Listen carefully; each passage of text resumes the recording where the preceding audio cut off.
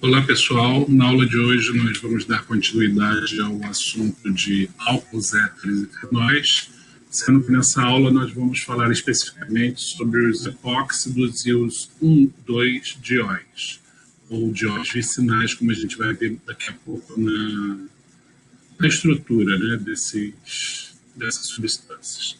Então, a gente ainda está dentro do assunto de éteres, porque epóxidos, na verdade, é um tipo especial de éter, são estudados à parte devido à sua reatividade, e os dióis são álcoois onde você tem duas hidroxilas em carbonos vizinhos.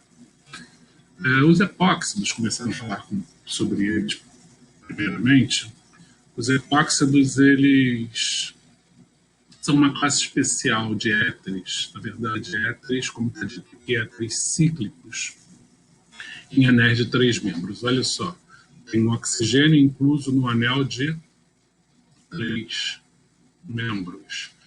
Por que os epóxidos são uma classe especial de éter? Exatamente por causa dessa distorção do ângulo ideal aqui entre as ligações, do ângulo interno, entre essas ligações, que no caso do carbono tetraédrico, sp3, como é o caso ali, né, do carbono dos dois carbonos do epóxido, botar R, R', R2 linhas e R3 linhas. Num carbono sp3, onde não há acíclico, né, digamos, onde não há esse tipo de tensão de anel, o ângulo interno aqui entre as ligações é da faixa de 109 graus, aproximadamente. Aqui há uma distorção tremenda desse ângulo ideal de 109 graus, né? Um ângulo interno aqui, isso é um triângulo, né? Basicamente um triângulo, então o ângulo está distorcido aqui para a faixa dos 60 graus, o que implementa nessa estrutura uma tensão de anel, que a gente chama de tensão de anel, que na verdade é uma energia associada à estrutura que aumenta, enfim, que eleva a sua reatividade. Obviamente, essa tensão tende a ser liberada de alguma maneira, e a maneira mais óbvia de se liberar essa tensão é abrindo esse anel. Então, epóxidos tendem a dar reações de abertura de anel em diversas condições, como a gente vai ver. Tá? Segundo a nomenclatura IUPAC, os epóxidos também são chamados de oxiranos. Nesse caso específico, onde eu tenho aqui CH2 dos dois lados, né? Esse epóxido especificamente é o óxido de etileno, ok? Os epóxidos, a metodologia mais simples para se preparar epóxidos, eles são preparados a partir dos alquenos correspondentes. Então, quando eu tenho um epóxido, como esse aqui, eu posso imaginar no local onde está esse anel epóxido, sinal de 3 membros, um alqueno de partida, reagindo com uma espécie que é o perácido. Tá? O perácido mais comumente usado é esse aqui, é o ácido metacloro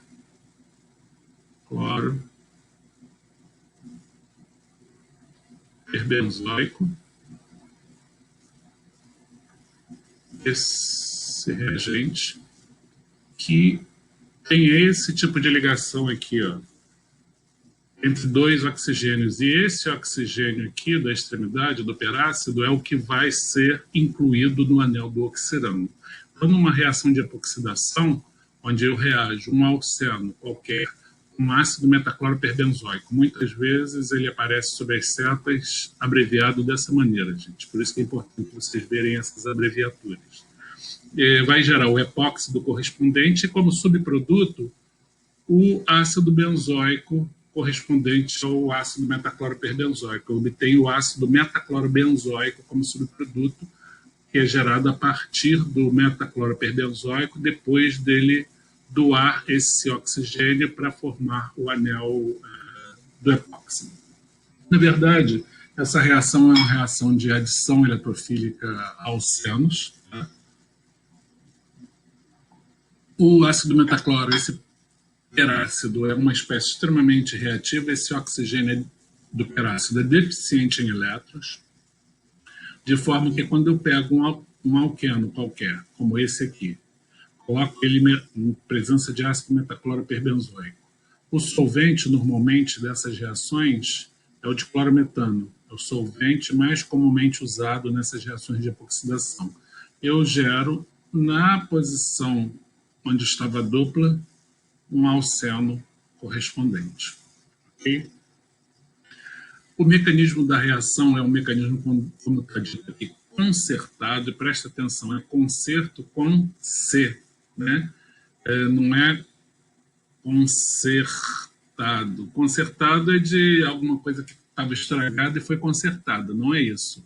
É uma reação concertada. Isso dá a ideia de, isso vem da palavra concerto. Um concerto musical, tá? Onde vários instrumentos tocam ao mesmo tempo. E é exatamente essa ideia de concerto que acontece aqui nesse mecanismo.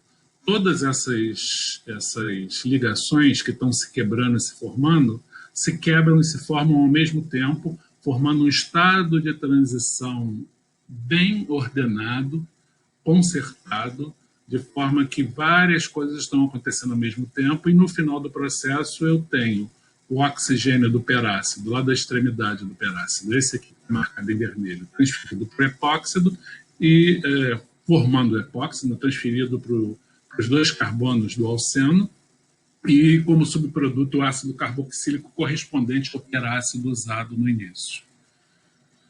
Bom, vimos como preparar epóxidos a partir de alcenos, usando perácidos. E para que servem esses epóxidos? Os epóxidos, na verdade, eles têm extrema reatividade e podem reagir, por exemplo, em meio aquoso ácido.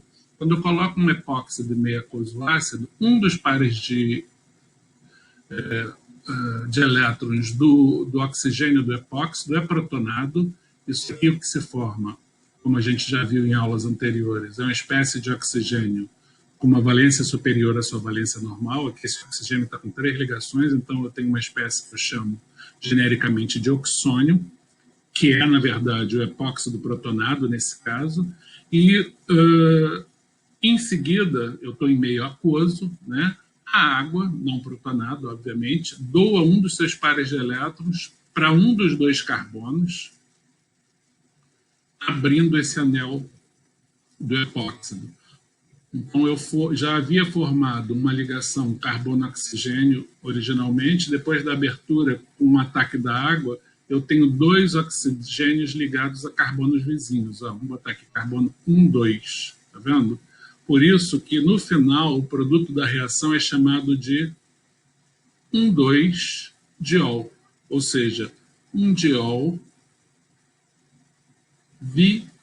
vicinal. Ou seja, as 2 hidroxilas estão sustentadas em carbonos vizinhos, numa relação do tipo 1, 2, tá? Vicinal. Essa abertura de epóxidos que nós vimos aqui, catalisada por ácido, né, onde ocorre a primeira protonação, forma o oxônio e depois tem o ataque nucleofílico da água, ela pode também ser feita em presença de base, por exemplo, pela ação de um alcóxido.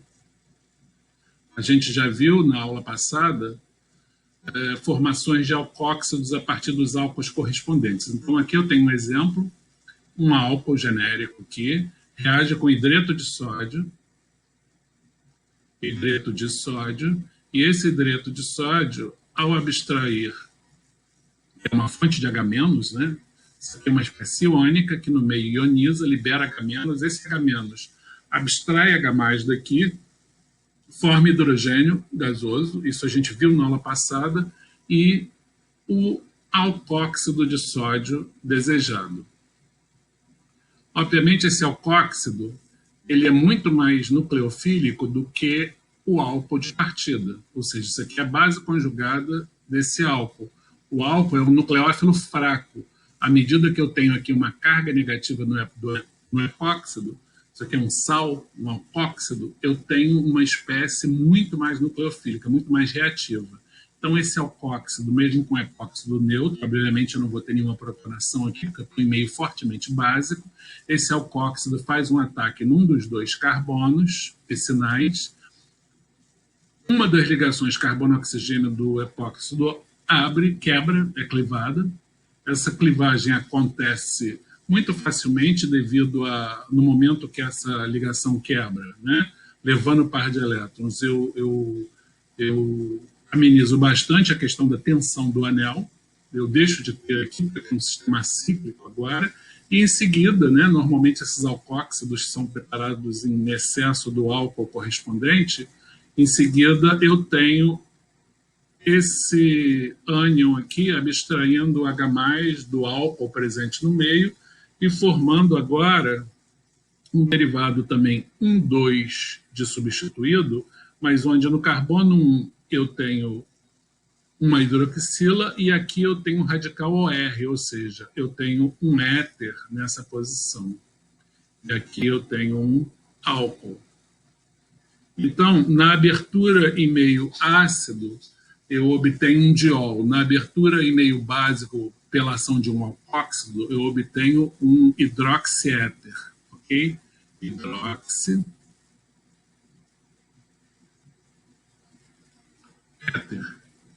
que é o produto formado. Esse produto aqui, essa estrutura, perdão, essa estrutura aqui é um hidroxiéter, né? Eu tenho as duas funções, álcool e éter, numa relação do tipo 1,2. Ok.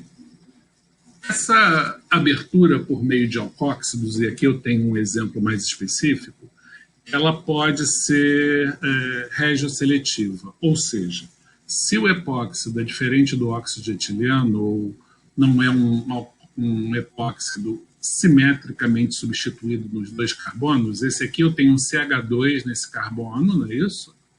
Que não está explicitado, mas eu estou colocando aqui, e aqui eu tenho um CH3H, ou seja, os dois carbonos do epóxido não são substituídos da mesma maneira.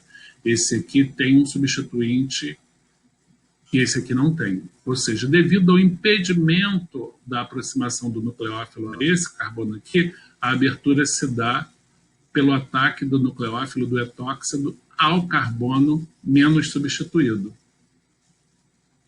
Ataque do alcóxido ao carbono menos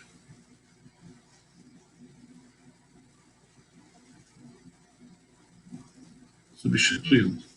E aí eu tenho a formação do intermediário, que depois abstrai H+ do álcool presente no meio, e eu formo o hidroxiéter. Tá vendo? Nesse caso aqui é o 2-etox, perdão, etox 2-propanol. Isso aqui é o 2-propanol, que é a estrutura base do nome aqui que a gente está dando, né? 2-propanol, substituído o carbono 1, obviamente, vai ser por um substituinte do tipo etox, né? Etil oxigênio.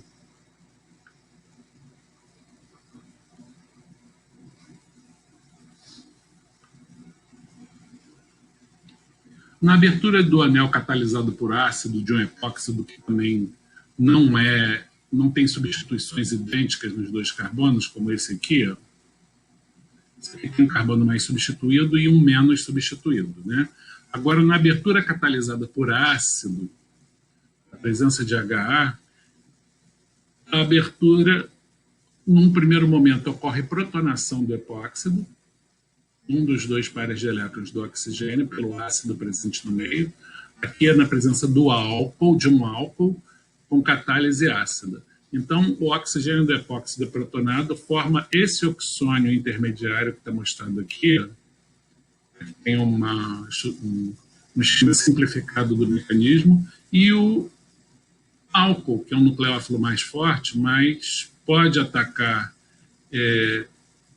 esses carbonos do epóxido, ele faz um ataque no carbono agora mais substituído.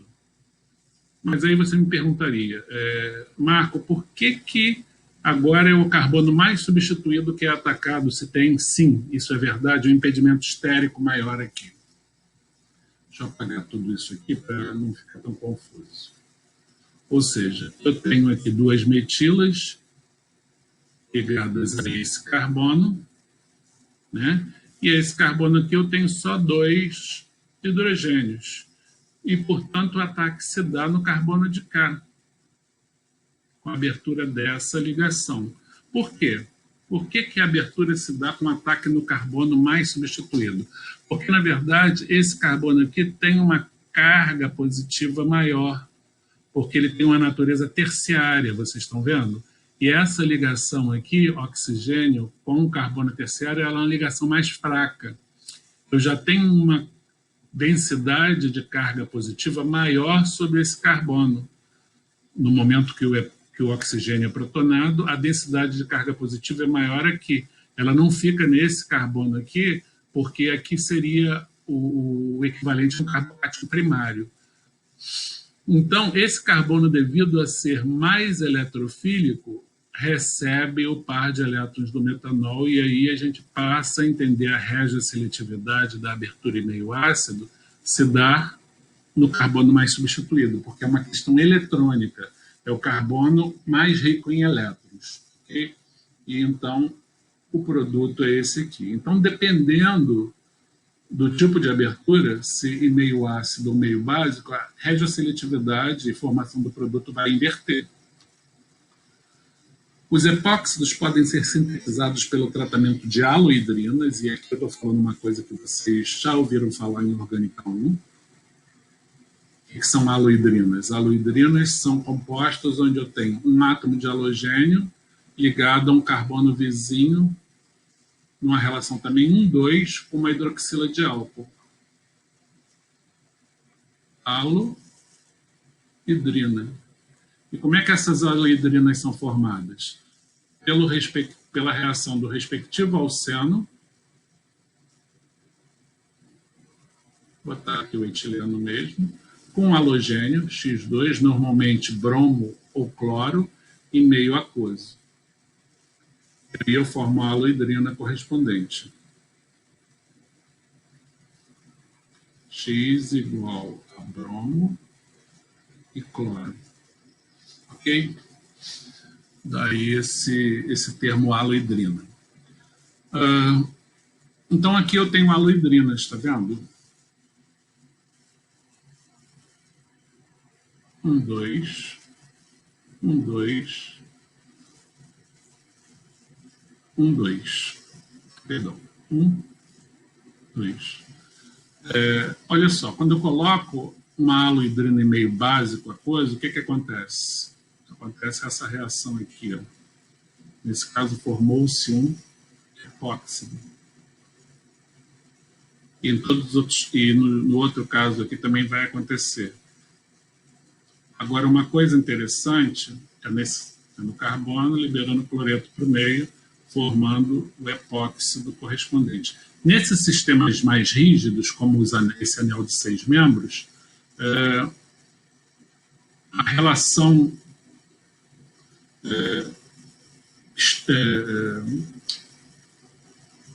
da posição relativa, né, da geometria relativa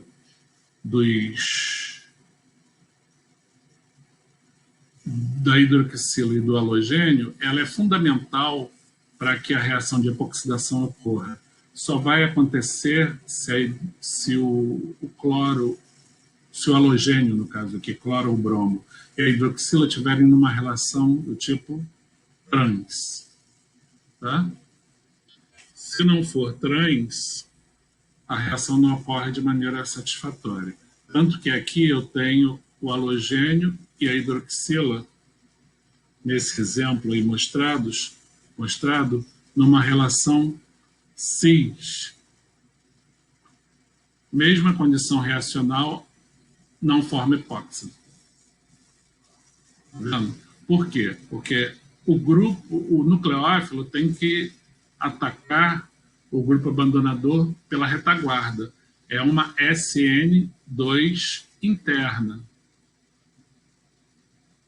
Tem que haver interação dos orbitais aqui para que essa reação ocorra. Como cloro e a hidroxila e o oxigênio da hidroxila estão projetados para o mesmo lado da molécula, não tem esse tipo de relação trans, a epoxidação, a formação do epóxido não é observada nesse caso, devido a essa aloidrina. É também uma aloidrina, mas ter configuração cis e não trans, como é necessária para que a reação ocorra. Fala um pouco, relembrar, né, a formação dessas aloidrinas. Para falar delas, a gente tem que voltar um pouquinho lá em Orgânica 1 e falar nas reações de adição eletrofílica a alcenos. É uma reação que vocês viram lá em Orgânica 1, e aqui é a reação de halogenação. Na halogenação de alquenos, o que eu tenho? Eu tenho o par de elétrons da dupla ligação atacando, nesse caso, né, alceno reagindo com Br2, par de elétrons do alceno atacando um dos átomos de bromo, um dos pares de elétrons do halogênio atacando aqui, eu perco o brometo. No momento que esse ataque aqui acontece, do par de elétrons da dupla sobre um dos átomos de bromo, o bromo que estava ligado ao seu vizinho aqui, ele sai na forma de brometo, de um ânion, e eu formo, na verdade, um íon cíclico, onde o bromo está ligado aos dois carbonos, que é chamado íon bromônio nesse caso. E a abertura do íon bromônio se dá também via uma reação do tipo SN2. Isso é importante falar, relembrar que é uma SN2, porque a relação entre os dois bromos é trans. Aqui eu tenho a mistura de estereoisômeros formados. Eu não formo nada do produto cis, só os dois possíveis enantiômeros trans, está vendo? A mistura mais menos. Isso se dá porque, à medida que o bromônio, um dos bromos entra por uma face da dupla ligação, o brometo, ele abre esse bromônio por trás. Digamos que essas ligações aqui, carbono-bromo, estejam para frente. Tá? Então, essa abertura aqui pelo brometo vai se dar por baixo, quebrando aqui, gerando o produto trans. Tá? E isso é importante a gente visualizar, porque se essa reação de halogenação ela é feita em presença de água, eu formo, ao invés do halogeneto vicinal do tipo 1,2, 1,2 bisalogeneto, eu formo, nesse caso, uma bromohidrina, que é exatamente a reação na qual eu queria chegar. Então, o alceno correspondente, reagindo com Br2, nesse caso, poderia ser Cl2, mas na maior parte das vezes é bromo, o reagente utilizado, é Br2. Tá? Por quê? Porque isso aqui é um líquido. É mais fácil de manipular, apesar de ter todos os cuidados, né? É um reagente extremamente cáustico, mas é menos complicado de trabalhar do que Cl2, que é gasoso. A manipulação de Br2 ou de Cl2 é bem diferente, sendo que é muito mais tranquilo experimentalmente de se trabalhar do que um bromo por ele ser um líquido. Então, está mostrado aqui um esquema geral do mecanismo de reação. O par de elétrons do alceno ataca um dos átomos de bromo, libera brometo para o meio. Tá? Esse bromo aqui, ele sai na forma de brometo.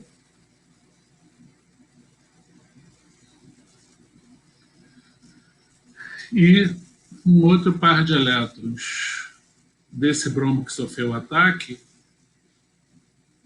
fecha um anel do bromônio aqui. Ó. Tem o bromônio aqui formado, é o intermediário positivo. E aí um dos pares de elétrons da molécula de água ataca o carbono também mais substituído. A regioquímica dessa reação é sempre a abertura pelo carbono mais substituído. Por quê? Porque aqui o caráter positivo é maior do que aqui.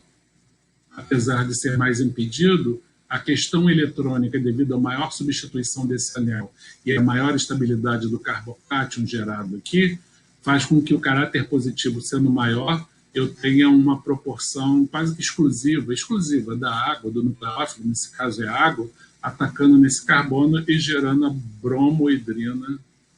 Essa bromohidrina aqui, não a outra. Qual seria a outra? A outra seria essa aqui.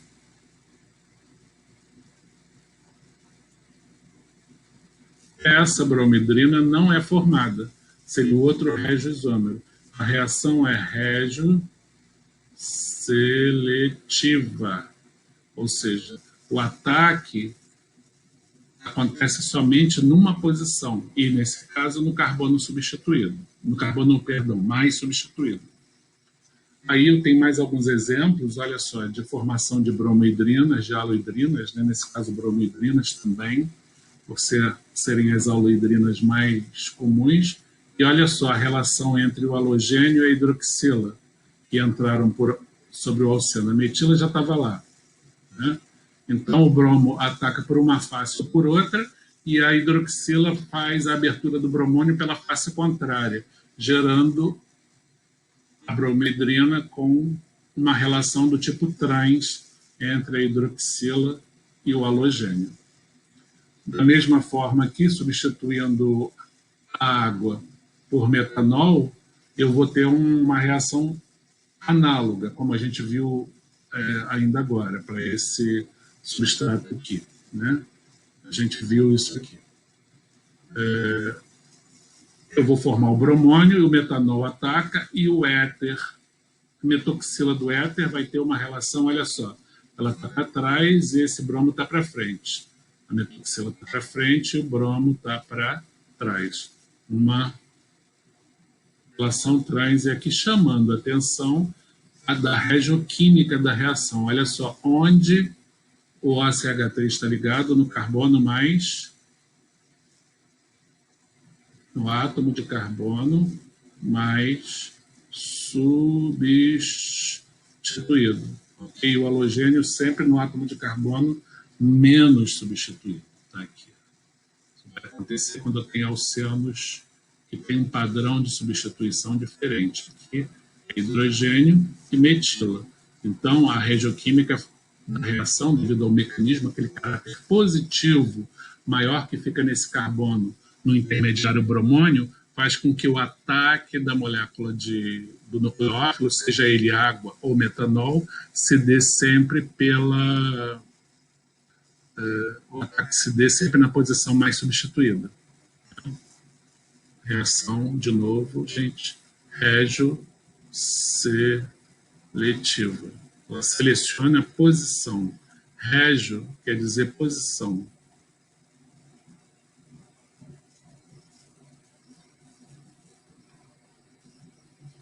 Ok? Aí o mecanismo que justifica aquela questão que eu falei com vocês, formação do bromônio. O bromônio sofre o ataque nucleofílico da água, nesse caso, que é o nucleófilo, por trás, está vendo? E, de novo, sobre o carbono mais substituído, que tem um caráter mais positivo devido à maior estabilização dele, devido às substituições por carbonos sp3. E aí eu formo um oxônio que perde H+ para o meio, né? E a alohidrina com uma relação trans. Isso é importante para a gente fixar, porque aí, sabendo fazer a alohidrina, agora eu consigo fazer epóxidos a partir delas, né? As alohidrinas são formadas assim. Então, se eu falo para vocês, dou para vocês, prepare esse epóxido,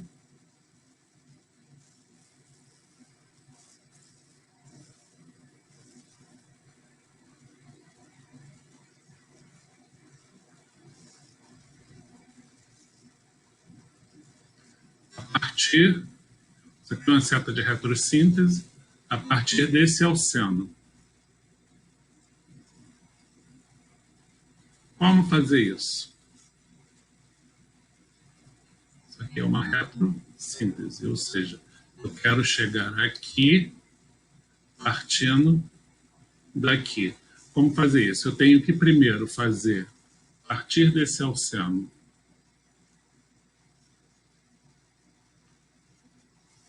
fazer exatamente essa haloidrina, ou seja, Br2 água.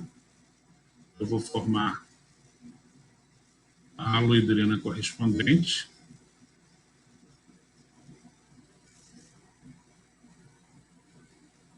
Trans. Perdão.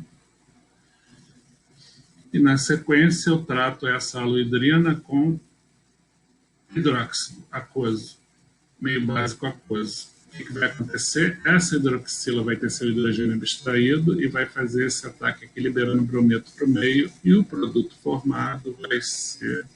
Perdão. E o produto formado vai ser exatamente o que eu desejo preparar, que é o epóxido. Esse epóxido aqui, cuja estrutura está desenhada lá em cima. Então eu sei partir desse alceno e preparar o epóxido correspondente, passando pela haloidrina. Ok? Agora a gente vai falar rapidamente sobre os dióis,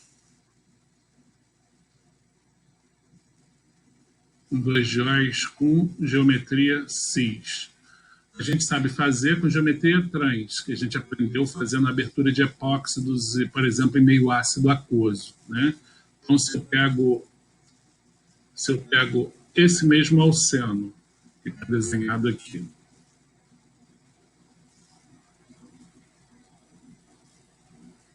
faço uma reação com ácido metacloroperbenzoico, que foi a reação que a gente viu. Obtenho esse epóxido.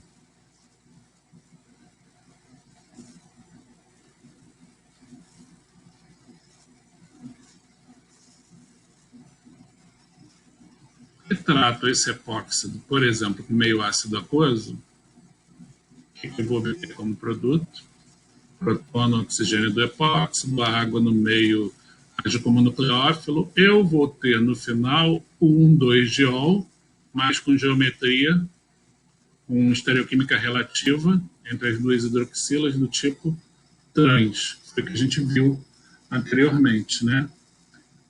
Aqui nesses exemplos de cá, eu tenho exatamente uma reação similar, né, mas que gera o diol com estereoquímica cis, as duas hidroxilas no sistema rígido, como ciclohexano, apontando para o mesmo lado. Essa reação pode ser feita de duas maneiras, também reações vistas em Orgânica 1, tratamento do alceno com permanganato de potássio meio aquoso básico, gerando o diol, e esse mesmo diol também pode ser gerado a partir do mesmo alceno através de outra metodologia, que é essa com tetróxido de ósmio, e seguido de tratamento de bisulfito de sódio. Ou seja, alceno com permanganato meio aquoso básico dá o diol 1,2, dá 1,2-diol cis,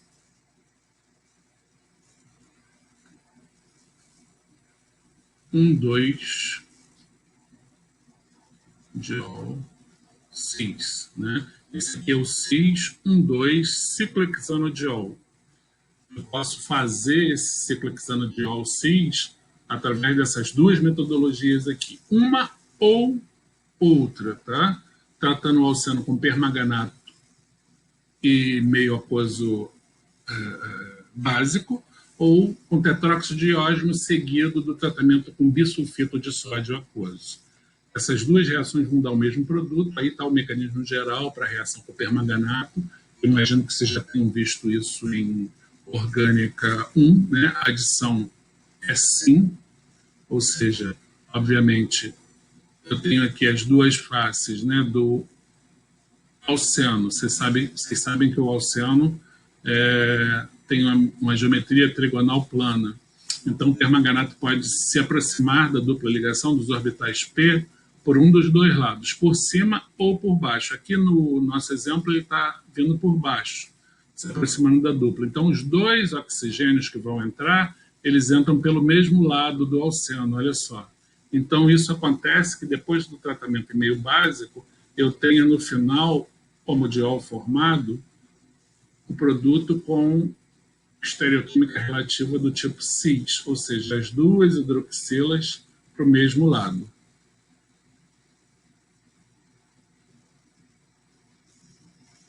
Okay?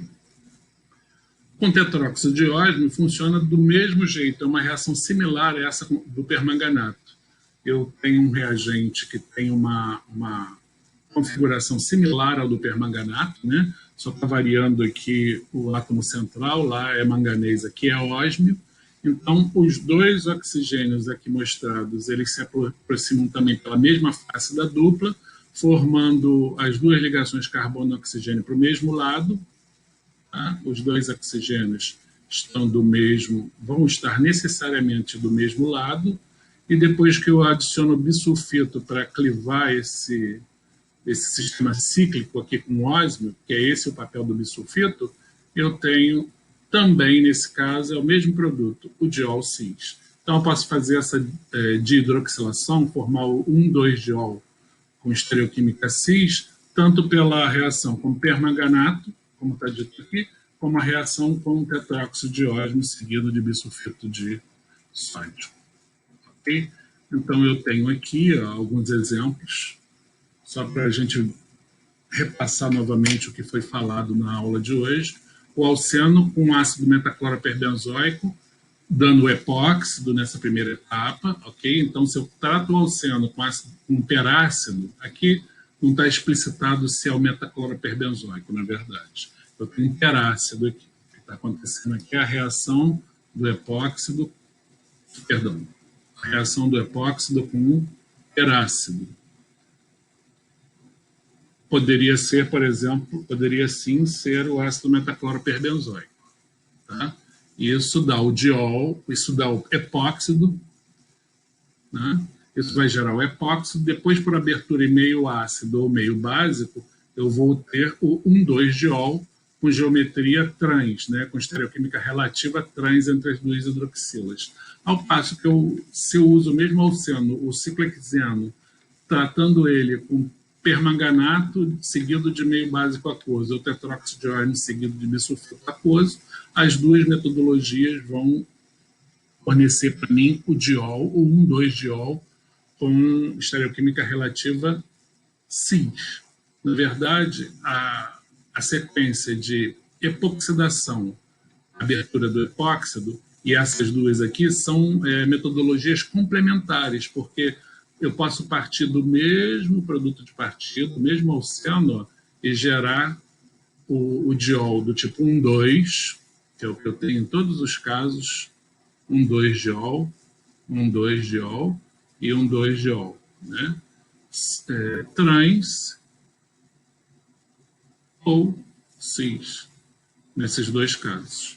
Ok, gente? Metodologias de hidroxilação do tipo 1,2 complementares. Então, eu posso optar por usar uma ou outra, dependendo se eu quero o meu diol 1,2 com estereoquímica relativa trans ou cis. Se for trans, eu faço a sequência perácido, abertura em meio ácido ou básico aquoso. Se for cis, eu faço a hidroxilação com permanganato seguido de meio básico aquoso a frio, e é importante isso aqui, eu não mencionei, mas é importante que seja frio, porque se isso aqui for feito sob aquecimento, eu vou ter a quebra dessa ligação carbono-carbono, gerando um diácido. E não é isso que eu quero. Eu quero simplesmente fazer o diol. Então, essa reação tem que ser conduzida a frio. Tá? Isso é um detalhe importante. Ou então a reação com tetróxido de ósmio bisulfito de sódio. Ok? Então, a gente mais ou menos finaliza o conteúdo que seria abordado na aula de hoje e eu deixo isso aí para vocês estudarem. Essa aula não vai ser dada de maneira síncrona depois, essa aula vai estar disponibilizada para vocês, né? Somente nesse formato do vídeo, uma aula assíncrona, e eu peço que vocês assistam esse vídeo, anotem suas dúvidas, porque na próxima aula, antes da aula começar, a gente pode tirar algumas dúvidas referentes a esse conteúdo, tá? O nosso próximo encontro. Um abraço para todo mundo e bom fim de semana.